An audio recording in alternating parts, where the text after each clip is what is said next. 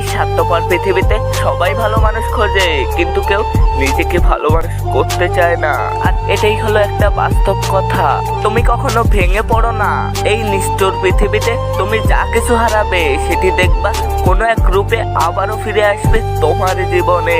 এটা প্রকৃতির এক নিয়ম বলতে পারো। এই দুনিয়ায় যারা সব থেকে বেশি ভাবে তারাই এই জীবনটাকে উপভোগ করতে পারে। যে মনের দিক থেকে বৃদ্ধ নয় তার জীবনে কখনোই দুর্ভিক্ষ আসে না।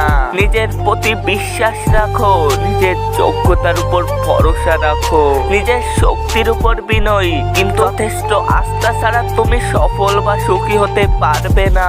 দেখো, আমি বৃষ্টিতে হাঁটতে ভালোবাসি কারণ তাতে চোখের জলটা বোঝা যায় না। একজন আহত ব্যক্তি যত সহজে তার যন্ত্রণাটা ভুলে যায়, একজন অপমানিত ব্যক্তি তার অপমানটা অত সহজে ভুলতে পারে না। বেশিরভাগ পুরুষ হলো ছেড়ে দেওয়ার আগে বুঝতে পারে না তার সফলতা ঠিক কতটুকু কাছাকাছি ছিল।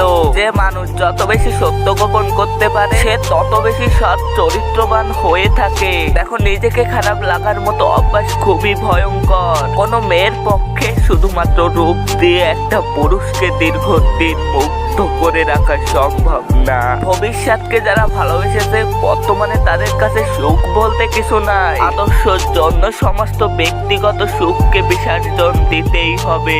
জগতে যত লোক আছে তারা প্রত্যেকেই দেখি কাঁদে, আর প্রত্যেকেরই কান্নার সুর আলাদা। নেতা হওয়ার উদ্দেশ্যে নয়, জনগণের উদ্দেশ্যে কাজ করো, দেখবা জনগণই একদিন তোমাকে নেতা বানাবে। দূরত্বটাই জানে শুধু, একদিন খুব বেশি নিকটে ছিলাম। দেখো, যেখানে পরিশ্রম নাই সেখানে সফলতাও নাই। সত্যিকে চাপা দেওয়ার নাম মিথ্যা, আর মিথ্যাকে সত্যি বলে চালিয়ে দেওয়ার নাম ধোঁকা।